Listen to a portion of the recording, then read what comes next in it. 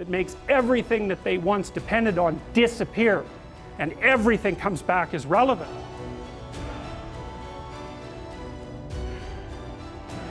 You can imagine the sort of terror that people who experience paranoid schizophrenia are living in perennially, because what happens to them is precisely that. They undergo neurophysiological transformations that makes everything that they once depended on disappear, and everything comes back as relevant. And that puts them in the early stages of schizophrenia. That's extraordinarily stressful neurophysiologically. So they're overwhelmed with cortisol, and their brains deteriorate as a consequence of that. It's just too much. So, and unsurprisingly, right? Because you can hardly deal with anything, let alone with everything. Now, and often what you see, and it's rarely conceptualized this way in the training of clinical therapists, but often what you see when you are dealing with people who are in crisis isn't people who have a mental illness. In fact, in my experience, that's actually quite rare. What's far more common is that the person that you're talking to has become overwhelmed by catastrophe. So their life has fallen apart in some way that makes what they're doing actually impossible.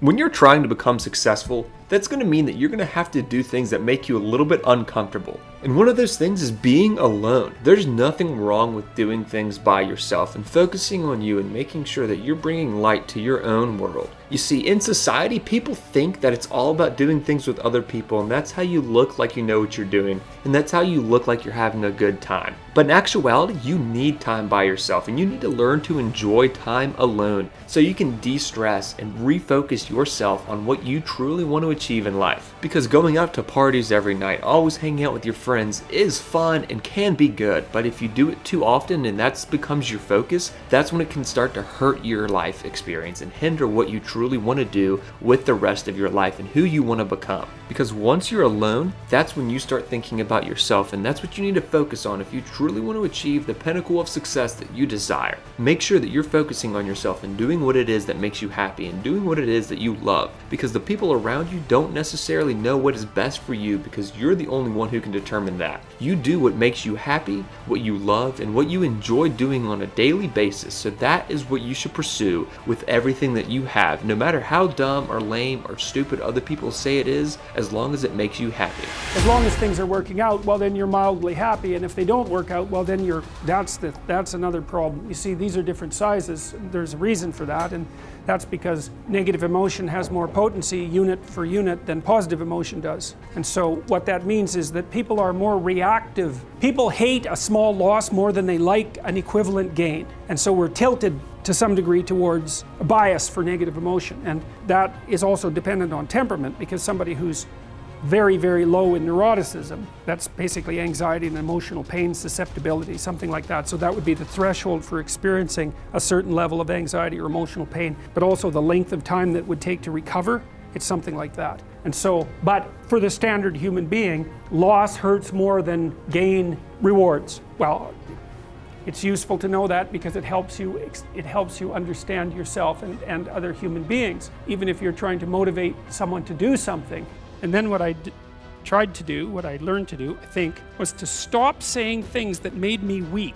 And I'm still trying to do that, because I'm always feeling when I talk whether or not the words that I'm saying are either making me align or making me come apart. And I think I really do think the alignment is the right way of conceptualizing it, because I think if you say things that are as true as you can say them, let's say, then they come out of the depths inside of you. Because we don't know where thoughts come from. We don't know how far down into your substructure the thoughts emerge. We don't know what processes of physiological alignment are necessary for you to speak from the core of your being. We don't understand any of that. We don't even conceptualize that, but I believe that you can feel that. And I learned some of that from reading Carl Rogers, by the way, who's a great clinician, because he talked about mental health in part as a coherence between the spiritual or the abstract and the physical, that the two things were aligned. And there's a lot of idea of alignment in psychoanalytic and clinical thinking.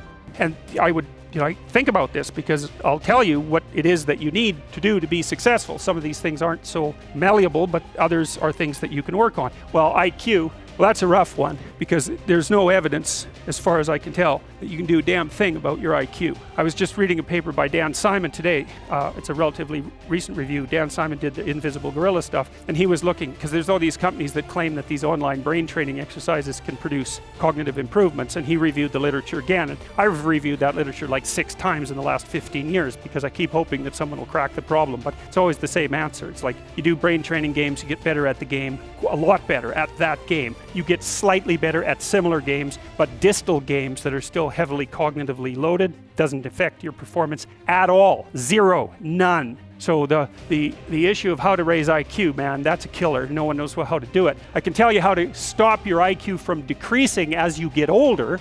That's not so bad because it does that. Fluid IQ decreases from the time you're 20 and pretty rapidly.